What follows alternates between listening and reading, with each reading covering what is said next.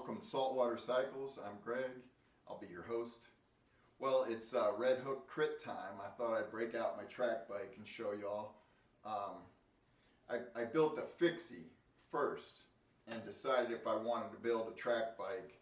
And before I went to the trouble of buying a track frame, I wanted to make sure I liked the idea of fixed riding.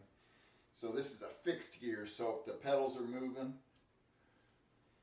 the rear wheel's moving. So traditionally, this is a traditional bike, like the first chain-driven bikes were all like this. Before they had a freewheel, they were all like this. So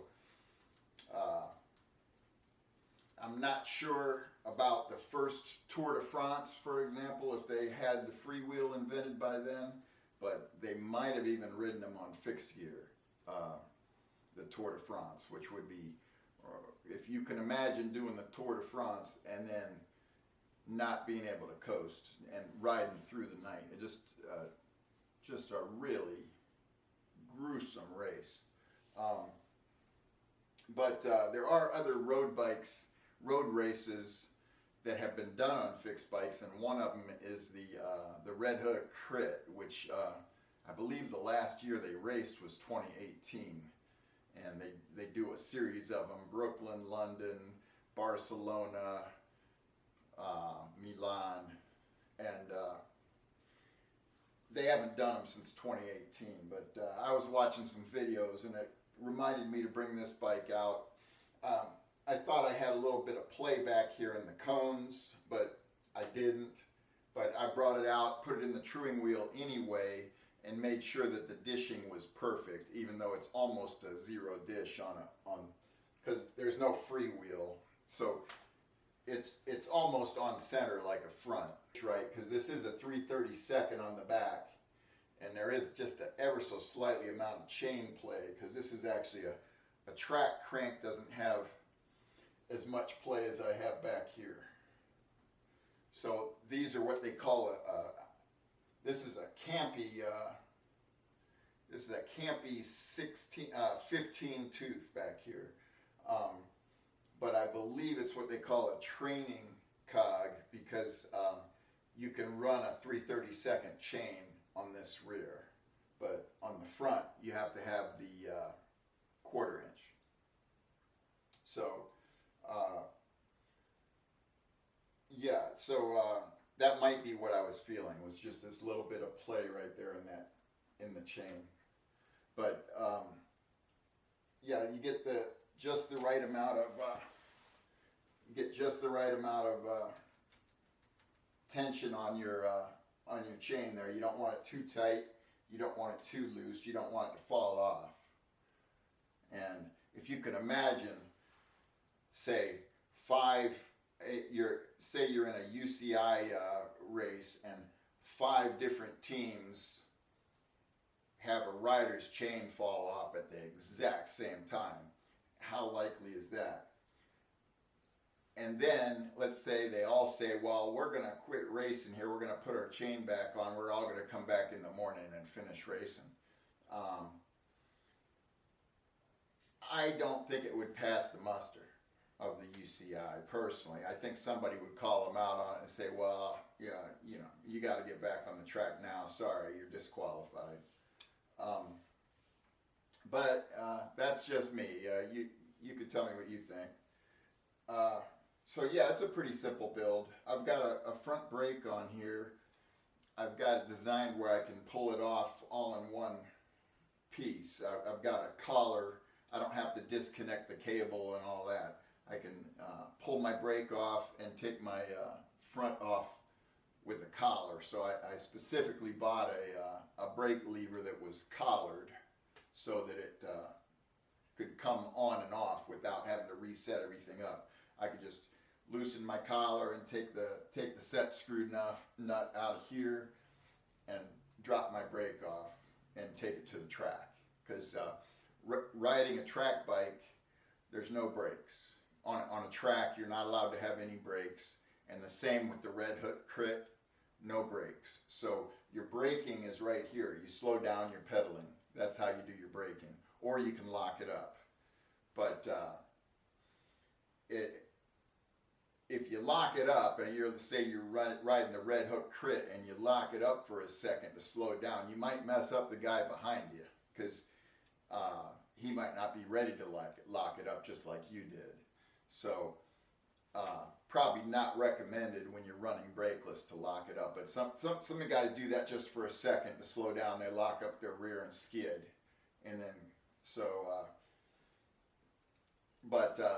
that's basically why there are no brakes on track bikes, because your tolerances are so close, and people will run wheel to wheel, that close, and if somebody slows down suddenly, it doesn't give reaction time, and you got an accident. So yeah, but this is your brake and your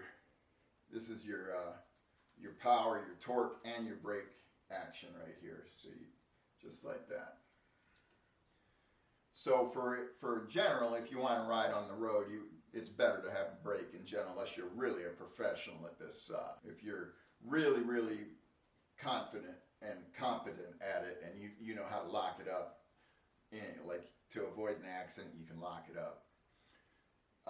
This is geared so high, I've never been able to lock it up, except maybe on a little bit of a patch of gravel. It's easy to lock up. But being a 1552, it's geared so high that there's so much torque pushing you forward, it's really hard to lock it up. Plus, which you're just standing the chance of, doing a little too much torque action on your joints. So it's a little hard on your joints to try to do something like that if you're not used to it. Kind of like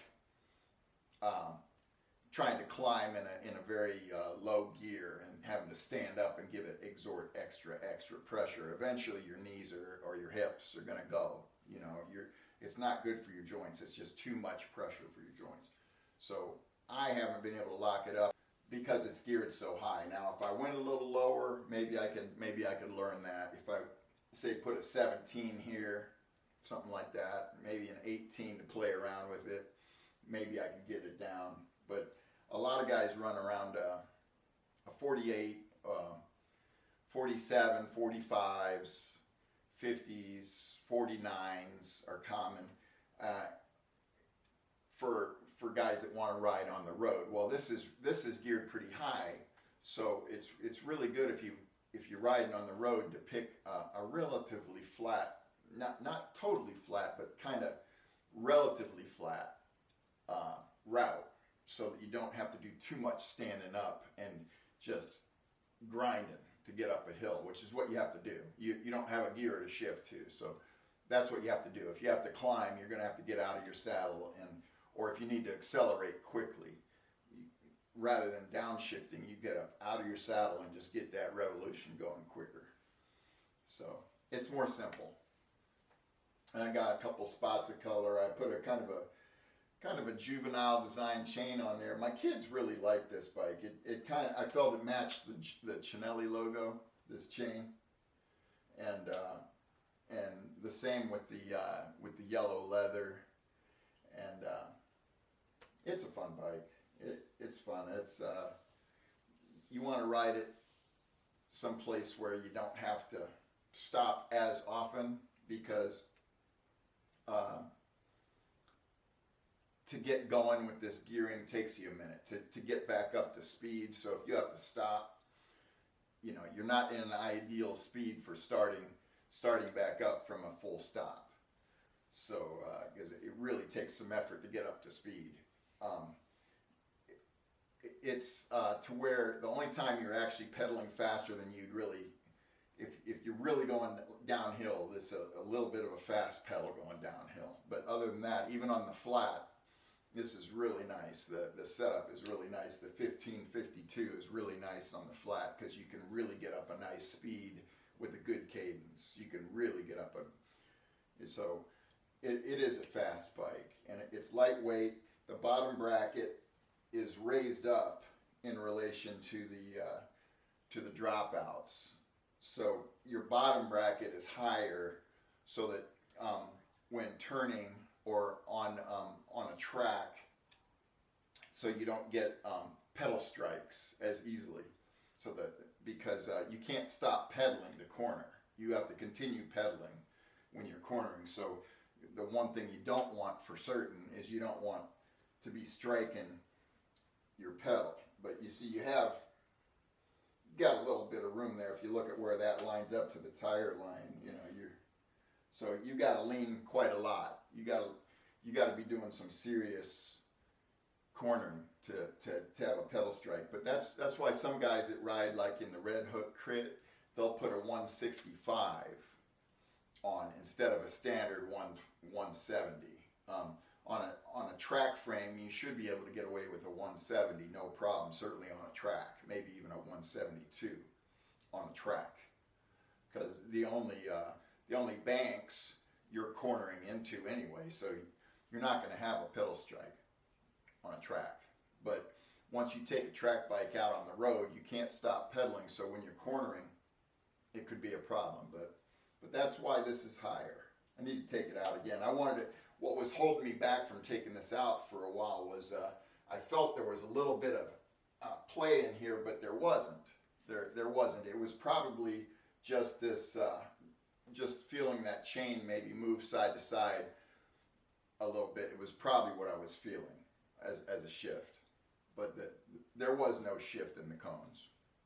But I did redish it. I made sure everything's right on the button in terms of being lined up. So that could have been adding to that sense, because it was maybe a millimeter off side to side, and that might have been adding to that sense of the chain wanting to move when you're trying to slow down as compared to accelerating.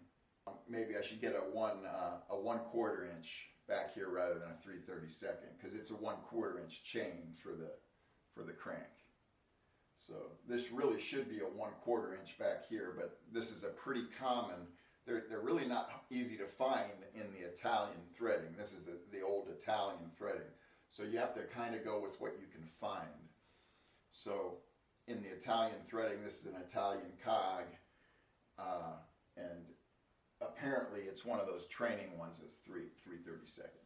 So, but it's a light tubing. It's a specialized tubing for making track bikes, actually. It's called Spirit Super Pista Columbus. So it's a specialized tubing for track. So it's pretty cool bike. It's a pretty cool bike. It's lightweight and extremely stiff. The geometry on track bike is designed for stiffness, because the guys that ride track, they've got legs like this, and they exert some force through the frame. So the geometry and everything of the frame is designed especially for stiffness, and I'm sure the rear tubing is as well. So with the bottom bracket higher, that makes it even a little more stiff. But yeah, it's fun to ride. I'm going to get it back out now. I just wanted to see what was going on in the rear, because last time I took it out, I felt a little play, and it must have been that chain play. So if it was off on the dish by a millimeter or so, that could have been adding to that, because the chain line's straight. The chain line's really straight, so it should be good. All right, well, I hope you enjoyed seeing it. Yeah, these are the H Plus Sun rims, which I bought because they're fully anodized, even though I wanted one that had a braking surface for the front, which these do. They have a braking surface, but if you're not running a brake, they stay nice and black like that. So when you're not running a brake, so I wanted that to make them match. So I didn't have one that was like you really don't need the braking surface on a track bike, only if you add the brake. Only if you add a rim brake do you need a braking surface. Well, if you want to ride in traffic, or if you want to ride on the road, it's probably safest to be able to put a brake on and then just take it off to go to the track. So that's what I did. So yeah, I use my brake. I use my front brake probably about 70% of my braking. Even on a road bike, it stops you faster. I put my I I hook them up the French way or the motorcycle way. I put my front brake on my right since I'm right-handed, and I found that I don't flip my bikes, so to speak. If I see something, I have more coordination. I don't just grab it and squeeze the heck out of it, not knowing what I'm doing. And I'm more conscious of the front's my right, the left is my rear. So somehow it works better for me. So if I'm ever building a bike, like for one of my kids, I ask them, you know, do you want your front on the right? I tell them, you know, I'm right-handed. I like my front on the right. But it's the reverse of the way everybody hooks bikes up around here. Now, I think that's the way they do it in France. I believe that's the French way, is you put the front on the right. But regardless of that, that's how I do it. So I got my front on the right, and that's the way I do it on my road bikes. I put the front on my right. That's the brake I use easily 75% of the time, maybe more like 90. But I'm trying to use my rear a little more now and then. But your front brake stops you quicker because you're transferring weight to the front wheel, and that's the one you're braking on. It actually will stop you quicker, but you gotta watch. You gotta watch you don't flip yourself. So that's my story, and I'm sticking to it. All right, well, I hope you enjoyed my track bike. Maybe I'll show you the fixie that I made just to decide if I wanted to build a track bike, because I felt, you know, before you spend the money to buy the frame, you might as well make sure you want one. So that's what I did. I built a fixie out of an old Raleigh, an old Carlton type Raleigh. I made a fixie out of it, and it's a pretty cool bike too. So maybe I'll show you that one. All right, well, thanks. Let's get out and ride.